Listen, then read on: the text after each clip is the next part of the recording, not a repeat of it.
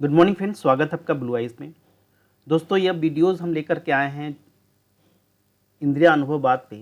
खासकर इसमें देखेंगे कि यूपीएससी का जो सिलेबस है उस सिलेबस के अंतर्गत इसमें आपको पढ़ना है लॉक, बर्कले और ह्यूम को।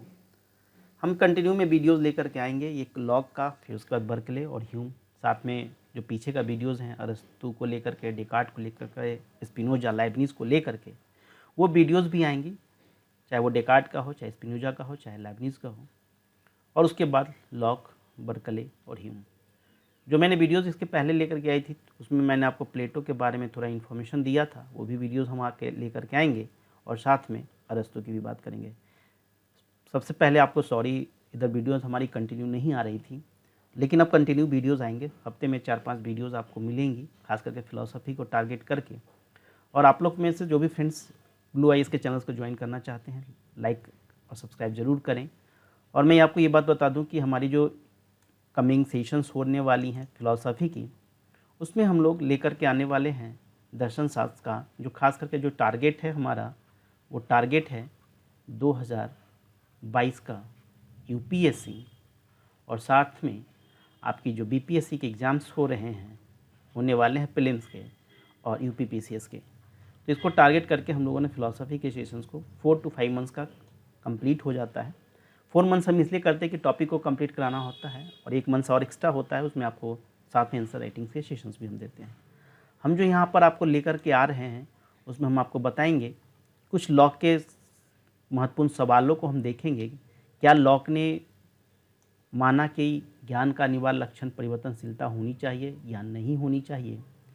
किस प्रकार लॉक में देखेंगे कि लॉक जहाँ जहाँ अनुभववाद के लिमिट को क्रॉस करता है, वहाँ पे बर्कले और ह्यूम जैसे फिलोसोफर्स आकर के कैसे उसके अनुभववाद को, इंद्रिय अनुभववाद को संगत बनाने की कोशिश करता है। तो सवाल ये उठता है कि सबसे पहले बात कि लॉक के दर्शन में अनुभववाद ही क्यों? क्या लॉक पूरी तरह से बुद्धिवाद को खंडित करता है? क्या लॉक बुद्धिवाद को नहीं मानता? अनुभववाद के लाने के पीछे के कारण क्यों पड़ी? तो कुछ सवाल हैं जो बुनियादी प्रश्न उठते हैं कि अनुभववाद ही क्यों। यदि मैं बात करूं लॉक के दर्शन में, तो सवाल उठता है कि अनुभववाद ही क्यों लाया गया लॉक के द्वारा। ठीक है, लॉक ने अनुभववाद की तरफ क्यों मूवमेंट करता है, क्यों मूव करता है? ठीक है, ये सवाल का जवाब यदि आपको बैकग्राउंड में पता है तो आगे आप इंटरलिंक कर सकते हो कि आखिर लॉक क्यों लाना चाहता है अनुभववाद को। दूसरा सवाल ये उठता है कि जब लॉक अनुभववाद की तरफ मूव करता है, जब लॉक अनुभववाद की तरफ मूव करता है, तो फिर उसके सामने ये बात उठेगी कि फिर वो बुद्धिवाद का खंडन कैसे करता है। क्योंकि आपने देखा था कि बुद्धिवाद में आपने पढ़ा है, आप लोगों ने ऑलरेडी पहले से पढ़ रखा। जो बच्चे नहीं पढ़े उनको मैं ये बता दूं कि बुद्धिवाद में आपको पढ़ना होता है डेकार्ट, स्पिनोजा और लाइबनिज। ये यूपीएससी का सिलेबस में आपके पार्ट्स आते हैं। तो बुद्धिवाद को इसको खंडन करना पड़ेगा। क्यों? क्योंकि अनुभववाद की तरफ मूव कर रहा है लोग। तो पहला सवाल यह कि अनुभववाद क्यों, और दूसरा बात, जब ये अनुभववाद की तरफ जाता है, जब ये अनुभववाद को लेकर के आता है, तो फिर सवाल उठेगा कि फिर इसने बुद्धिवाद का खंडन कैसे किया। एक सवाल और देखो, जब लॉक महोदय बुद्धिवाद का खंडन कर देंगे, ठीक है, तो हम इसके बुद्धिवाद के खंडन कर देंगे, तो हम ये देखेंगे कि क्या इसका बुद्धिवाद का खंडन तर्कसंगत है या तर्कसंगत नहीं है भी या नहीं, या हवाबाजी कर रहा है, क्या बातें ये हवा में कर रहे हैं। तो यदि ये बुद्धिवाद का खंडन करते हैं तो उनका जो खंडन करने का जो तर्क है, जो तर्कसंगत है भी या नहीं है, इसकी बात करेंगे। और फिर इसके बाद लॉक के डिटेल में हम पढ़ेंगे लॉक के ज्ञान मीमांसा को, क्योंकि खंडन करने के बाद फिर इनको बताना पड़ेगा ना कि कैसे ज्ञान होगा। Are you getting my point? तो सबसे पहला सवाल यह कि अनुभववाद क्यों लाया। देखो, लॉक की जो आइडियाज़ हैं उसके आइडिया पे कुछ प्रभाव पड़ता है। ठीक है, जैसे कहा जाता है कि लॉक एक उदारवादी विचारक है, लेकिन इसके सामने कुछ ऐसी परिस्थितियां बनती है, उस परिस्थितियों के एवज में देखोगे कि अनुभववाद की तरफ ये झुकाव होता है। आप लोगों ने, काफ़ी लोगों ने पढ़ा भी होगा, हिस्ट्री में भी पढ़ा होगा, इतिहास में आपने पढ़ा होगा। इंग्लैंड में होता क्या है, सॉरी इंग्लैंड में होता क्या है कि आप देखोगे सिविल वार होता है इंग्लैंड में, और उस सिविल वार के दौरान जो बात होती है, यहीं से देखोगे, इंग्लैंड की जब मैं बात कर रहा हूँ, यहीं से तुम देखोगे कि अनुभववाद की तरफ लॉक की झुकाव दिखेगा तुम्हें, और यहाँ से चूज करने जाएगा, क्योंकि यहाँ पे जो वर्चस्व की लड़ाई, सिविल वार, गृह युद्ध का स्थिति होती है, और गृह युद्ध के बीच में आ जाता है एक तरफ पार्लियामेंट और दूसरी तरफ वहाँ का राजा, और दोनों के बीच में, दोनों के मध्य एक टकराव की स्थिति उत्पन्न होती है। ठीक है, अब बताना मुझे, एक सवाल मैं तुम लोगों से पूछता हूँ, थोड़ा सा ध्यान से सोचना, कि सपोज करो इंग्लैंड में जो सिविल वार हो रहा है, यदि इंग्लैंड के सिविल वार की बात की जाए कि इंग्लैंड में सिविल वार हो रहा है, वहाँ पे दो पक्ष है, आप गृह युद्ध भी बोल सकते हो। यहाँ पे दो पक्ष है, एक पक्ष है संसद, पार्लियामेंट, और दूसरा पक्ष है राजा, किंग, और इन दोनों के बीच में क्या हो रहा है, टकराव हो रहा है। अब एक बात बताओ, जो लोग राजा के समर्थक होंगे, जो लोग राजा को सपोर्ट करेंगे, वो लोग कैसे होने चाहिए तुम्हारे नज़र में? थोड़ा देर वीडियो को पॉज करो और सोचो, कमेंट लाइन में जरूर बताना। यहाँ पे जो राजा का समर्थक होगा, याद रखना, ये समर्थक आधुनिकतावादी नहीं होंगे। ये कैसे होंगे? ये आधुनिकतावादी नहीं होंगे, राजा के समर्थक परंपरावादी होंगे। क्यों? क्योंकि परंपरा मानती आ रही है कि बदलाव नहीं होना चाहिए, बदलाव को ये सपोर्ट नहीं करेंगे। और राजा की सत्ता ये कैसा मानते हैं? जो परंपरावादी हैं वो मानते हैं कि राजा का सत्ता जो है वो निश्चित है। ठीक है, अब मैं तुम लोगों से एक सवाल पूछता हूं, पढ़ा होगा तुम लोगों ने या मेरी पहले की वीडियोस देखी होगी तो तुम्हें आइडिया होगा।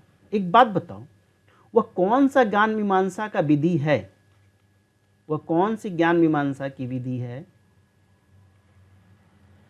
जो मानती है कि आपका ज्ञान जो है, आपका ज्ञान निश्चित होता है? यदि मैं आपसे बोलूं कि वह कौन सा है जो मानता है कि आपका ज्ञान निश्चित है, आपका ज्ञान जो है फिक्स्ड है, आपका ज्ञान जो है परमानेंट है, वो है बुद्धिवादी। बुद्धिवादी क्या मानते हैं? आपका ज्ञान जन्मजात है। ज्ञान कैसा है? ज्ञान अपरिवर्तनशील है। ज्ञान कैसा है? ज्ञान सार्वभौमिक है। तो भाई ज्ञान अपरिवर्तनशील है, ज्ञान सार्वभौमिक है, ज्ञान निश्चित है, ये मानने वाले कौन हैं? ये मानने वाले तो बुद्धिवादी हैं। तो बुद्धिवाद क्या कहता है? याद रखना कि उस समय जो यूरोप की स्थिति होती है, इंग्लैंड में खास करके देखोगे, वहाँ पे जो राजा के जो सपोर्टर्स हैं वो मानते हैं कि राजा का जो पद है, राजा की जो सत्ता है वो निश्चित है। और ऐसा मानने वाला के कौन सा ज्ञान मीमांसा का विधि? वो बुद्धिवाद। बुद्धिवाद मानता है कि ज्ञान जो होता है हमें जन्मजात होता है। ठीक है, ज्ञान जो है अपरिवर्तनशील होता है, ज्ञान जो है सार्वभौमिक होता है। लॉक क्या चाहेगा यहाँ पे? लॉक की थिंकिंग देखोगे, लॉक के पर्सपेक्टिव व्यू से चाहोगे तो लॉक यहाँ पे पार्लियामेंट को सपोर्ट करता है। वो चाहता है कि समाज में कैसा हो? समाज में एक राजा न हो, निश्चित एक राजा का प्रतिनिधित्व न हो, लोकतंत्र जैसी बातें करने की बात होगी। यानी लॉक को देखोगे, कहा जाता है प्रतिनिधि मूलक तंत्र का जनक कहा जाता है लॉक को। यह पहला फिलोसोफर है जो बात करेगा लोकतंत्र की, जो बात करेगा उदारवाद आदि का, ये समर्थन करेगा। आप देखोगे इसने एक एस्से भी लिखा था, उसमें बहुत सारी बातें इन्होंने लिखी थी प्रॉपर्टी को लेकर के, संपत्ति को लेकर के, इन बातों पे भी, क्योंकि एक पॉलिटिकल थिंकर है।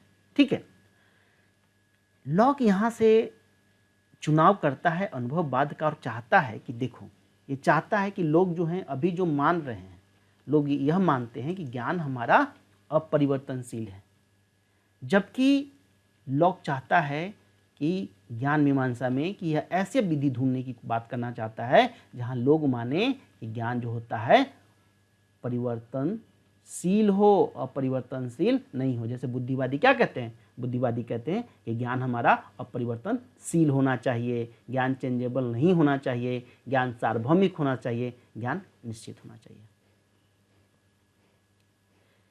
यानी यदि हम बुद्धिवाद को मानते हैं तो क्या चाहेंगे, जो पॉलिटिकल सिस्टम है इंग्लैंड में उस टाइम, इंग्लैंड में, ब्रिटेन में उस समय का जो पॉलिटिकल स्ट्रक्चर्स है वो कैसा चाहेंगे, वो चाहेंगे कि उसमें बदलाव ना हो। देखना, एक बात याद रखना, क्योंकि एक सवाल यहां बहुत इंपॉर्टेंट उठता है कि जब लोग यह मान लें, चाहे आज के ही समाज में देख लो, यदि हम परंपरावादी हैं, हम ऑर्थोडॉक्स फैमिली से आते हैं, तो हम क्या मानते हैं कि फला आदमी ने ये काम किया तो हम भी वही काम करेंगे। हाँ, हमारे पूर्वजों ने ऐसे किया तो हम ये कर रहे हैं, हमारे धर्म में कहा गया तो हम उस चीज़ को ही फॉलो करेंगे। ये क्या है, परंपरावादी है ना। आप परंपराओं से चले आ रहे हैं, आप तर्क के आधार पर लगाना नहीं चाहते। आपने ये कहा कि जो धार्मिक ग्रंथों में, धार्मिक किताबों में जो बातें लिखी गई वही सत्य है। तो सवाल ये उठता है कि यदि अनुभववाद ही परिवर्तनशील ज्ञान की सही व्याख्या कर पाएगी या नहीं कर पाएगी, ये भी देखना पड़ेगा। क्योंकि यदि लॉक अनुभववाद को सपोर्ट करता है, अनुभववाद कहता है कि ज्ञान जो होता है परिवर्तनशील होता है, ज्ञान बदलता है, ठीक है, ऐसा नहीं कि जन्मजात ज्ञान होता है। जबकि बुद्धिवादी क्या कहते हैं कि ज्ञान जो होता है वो जन्मजात होता है। तो इस तरह से देखोगे कि जो समाज, खास करके सिविल वार के टाइम जो इंग्लैंड में गृह युद्ध हो रहा है, उसमें देखोगे समाज चाहता है परिवर्तन, समाज चाहता है बदलाव। और लॉक जो है, लॉक कोई और नहीं, लॉक एक पॉलिटिकल थिंकर है, राजनीतिक दार्शनिक है, पॉलिटिकल थिंकर है, ठीक है। और एक चीज याद रखना, ऐसा भी बात नहीं है कि लॉक को बुद्धिवाद से कोई प्रॉब्लम है, लेकिन वह चाहता है कि उसे ज्ञान मीमांसा की एक नई टेक्निक हो, नई विधि हो, एक नया मेथड हो, जिसमें वह यह शामिल कर सके कि परिवर्तन को ज्ञान में शामिल कर सके, ज्ञान में परिवर्तनीयता को लाई जा सके। बस ये चाहता है, ठीक है। अब सवाल ये उठता है, ध्यान से समझना, जो एक सवाल का मैंने डायग्राम भी आपको यहाँ पे दिखा होगा कि क्यों लॉक ने, ध्यान समझिएगा, क्यों लॉक ने माना कि ज्ञान का अनिवार्य लक्षण परिवर्तनशीलता होनी चाहिए। एक बात क्लियर होना चाहिए आपको यहाँ पे कि मैंने क्या अभी तक आपको किया, मैं उसको एक बाइंड अप कर दे रहा हूँ। मैंने कहा कि लॉक से पहले देखोगे कि जो डेकार्ट है, स्पिनोजा है, जो लाइबनिज है, इन्होंने पढ़ा, इनमें क्या आपने पढ़ा, इन्होंने पढ़ा तीनों के तीनों बुद्धिवाद आते हैं, एक एक करके बुद्धिवादी आते हैं, एक दूसरे का खंडन मंडन करते हैं और अपनी फिलॉसफी दे के जाते हैं। लॉक जब आता है तो चाहता है कि जो परिस्थितियाँ इंग्लैंड की स्थिति हैं, लोगों में यह चीज़ एक्सेप्ट करने, उनमें ये एक्सेप्टेंस आना चाहिए कि वो माने कि ज्ञान भी परिवर्तनशील होता है। क्योंकि बुद्धिवाद को जब देखोगे, वो कहते हैं कि ज्ञान अपरिवर्तनशील होता है, और जब सब चीज़ें पहले से ही निश्चित हैं तो वहाँ तो बदलाव की संभावना ही नहीं होगी। बदलाव लाना है तो पहले ये तो एक्सेप्ट करें लोग कि हाँ, ज्ञान भी बदलता है, सब परिस्थितियों के अनुसार ज्ञान भी बदलता है, समय के अनुसार हमारा ज्ञान भी परिवर्तन होता है। तो सवाल यही होता है, तब यहाँ पे प्रश्न यही उठता है, तब यहाँ पे क्वेश्चन यही उठता है कि लॉक ने माना, क्यों माना कि ज्ञान का अनिवार्य लक्षण परिवर्तनशीलता या परिवर्तन या चेंज होना चाहिए। अब देखो ध्यान से, हमने अभी कहा तुम लोगों को कि लॉक जो है वो है कैसा फिलोसोफर, वो पॉलिटिकल फिलोसोफर है, ठीक। और उसका कोशिश क्या है, उसका कोशिश है इंग्लैंड में परिवर्तन लाने की, ठीक है। अब एक बात बताना, एक चीज बहुत इंपॉर्टेंट यहां पे मैं नोट कर रहा हूं, इसको ध्यान में रखिएगा। बहुत जगह पे ना लॉक तुम्हें अनुभववाद की बात करते करते वो बुद्धिवाद में चला जाएगा। अनुभववाद की बात करते करते वो बहुत जगह पे बुद्धिवाद की बात करने लगेगा। लॉक को कहा जाता है कि ये पहला दार्शनिक है अनुभववाद का। अनुभववाद का पहला दार्शनिक है, लेकिन पूर्ण रूप से अनुभववादी नहीं है। पूर्ण रूप से यह अनुभववादी नहीं है। ये सवाल क्यों भाई? क्योंकि देखोगे कि लॉक के बाद जो हम फिलोसोफर लेकर के आएंगे, जैसे बर्कले हो गया, ह्यूम हो गया, ये लोग भी अनुभववादी हैं, लेकिन ये जो दर्शन ले करके आएंगे, इनके दर्शन में देखोगे कि लॉक के दर्शन में जहाँ जहाँ पे असंगतता होगी, जहाँ जहाँ पे लॉक अपनी अनुभववाद की सीमा को लांघेगा, जहाँ जहाँ बाउंड्री को क्रॉस करेगा, कौन? लॉक। लॉक जहाँ जहाँ बाउंड्री की सीमा को, लॉक जहाँ जहाँ अपनी बाउंड्री की सीमा को क्रॉस करेगा, वहाँ वहाँ लॉक, बर्कले और ह्यूम आकर के इसके अनुभववाद को संगत बनाएंगे। क्यों? क्योंकि लॉक के बारे में कहा जाता है कि पहला अनुभववादी है, लेकिन पूर्ण रूप से अनुभववादी नहीं है। देखेंगे, हम आगे पढ़ेंगे, उसमें बताएंगे हम तुम्हें कि देखोगे कहाँ कहाँ पे, कहीं कहीं पे ये बात करेगा अनुभववाद का और चला जाएगा बुद्धिवाद में। एक तरह से घालमेल करने की कोशिश होती है। Are you getting my point? तो बर्कले और ह्यूम जहाँ जहाँ लॉक के दर्शन में अनुभववाद को में असंगतता उत्पन्न होगी, वहाँ वहाँ पे आकर के बर्कले लॉक के दर्शन को खंडित करेगा और अनुभववाद को संगत बनाएगा। यानी ध्यान रखना यह बात, यहाँ से एक चीज़ तो तुम्हें क्लियर हो रही होगी, यदि हमें आगे जो पढ़ना है लॉक के बाद बर्कले और ह्यूम को, इसमें हम देखेंगे ज़्यादातर लॉक के खंडन। जहाँ जहाँ लॉक ने असंगतता उत्पन्न की है, वहाँ वहाँ ये लोग आकर के खंडन करते हैं। अब सवाल ये उठता है कि लॉक बुद्धिवाद का खंडन करता कैसे है? ध्यान से समझिएगा इस पॉइंट को कि लॉक बुद्धिवाद का खंडन कैसे करता है, पहला। और दूसरा, यह जो बुद्धिवाद का खंडन करता है, वह खंडन क्या तर्कसंगत है या नहीं? ठीक है, लॉक बुद्धिवाद का खंडन कैसे करता है, पहला यह पॉइंट। और दूसरा पॉइंट कि लॉक जो बुद्धिवाद का खंडन करता है, क्या वह तर्कसंगत है भी या तर्कसंगत नहीं भी, ये भी हमें देखना है। तो कोशिश हमारी ये है कि हम छोटे छोटे वीडियोस में लेकर के आएँ, ज़्यादा लंबे वीडियोस ना हो। काफ़ी बच्चों का एक इंक्वायरीज मैसेज भी मेरे पास आता है कि सर काफ़ी वीडियोस लंबी होती है, लेकिन देखो एक बात याद रखना, यदि टाइम पास करना होता तो 10 मिनट या 15 मिनट की वीडियोस बना करके व्यूज़ कलेक्ट किया जाता, जनरली लोग जैसा करते हैं। लेकिन यहाँ पे आपको एग्ज़ाम्स देने हैं, ठीक है, और हमारा पर्पस यह होता है कि हम जो भी चीज़ आपके सामने ले करके आएँ, उसमें यह ना हो कि 2 मिनट और 5 मिनट की वीडियोस बने और आप आएँ और देखें और चले जाएँ, आपको कोई कंसेप्ट ही क्लियर नहीं हुआ। क्योंकि आप लोग यदि सिंसियरिटी से पढ़ते हैं, सिंसियर बच्चे हैं, तो आपको पता होगा कि 5 और 10 मिनट में कोई भी टॉपिक कंप्लीट नहीं होती है। तो हमारी कोशिश ये होगी कि मैं आगे की जो भी वीडियोस ले करके आऊँ वो आधा घंटा से ज़्यादा ना हो, ऐसा भी ना हो कि आपको नींद आने लगे। लेकिन हमारा जो तरीका होता है, हम जिस तरीके से पढ़ाते हैं, उसमें आपको नींद नहीं आएगा, क्योंकि आप इन्वॉल्व रहोगे। तो फ्रेंड्स, आपको जो अभी मैंने थोड़ी सी इंट्रो शुरू की है, इस पर अपना विचार ज़रूर बताना, और आगे आप किस तरह के वीडियोस हमसे चाहते हो उसके कमेंट सेक्शन में ज़रूर बताइएगा। और आपको ये लगे, ऐसा लगे नहीं, जैसे कुछ बच्चों का ये कमेंट आ रहा था कि आपके शब्द पता नहीं चलते, तो देखो हमारी कोशिश होती है कि थोड़ा धीरे बोले, लेकिन ज़्यादा धीरे बोलेंगे तो फिर तुम्हें ही नींद आने लगेगा। कोशिश हमारी है कि हम आगे से और थोड़ा कंसाइज करके बोलें और क्लियर प्रोनाउंस हो भी, क्योंकि ये वीडियो जब शूट होती है तब बैकग्राउंड बहुत सारे नॉइज़ होते हैं। तो कोशिश हमारी होगी कि हम आगे से इस चीज़ को सॉर्ट आउट करें। हाँ, ज़रूर आप लोगों से ये उम्मीद करूँगा कि आप लोग कमेंट ज़रूर करें, क्या ये सीरीज़ को कंटिन्यू चलाया जाए या आप लोग अपने से कर सकते हैं, या आप लोग चाहते हैं कि कोई स्पेसिफिक किसी भी टॉपिक पे, फिलॉसफी की खास करके किसी पे चाहते हैं आप टॉपिक पे वीडियोस, तो आप कमेंट सेक्शन में ज़रूर बताइएगा। तो हम लोग नेक्स्ट वीडियो में मिलते हैं, जो लगभग आधे घंटे की वीडियोज़ होगी। उसमें हम बात करेंगे कि कैसे बुद्धिवाद का खंडन लॉक करता है, और बुद्धिवाद का जो खंडन लॉक करता भी है तो क्या वह तर्कसंगत है भी या नहीं है।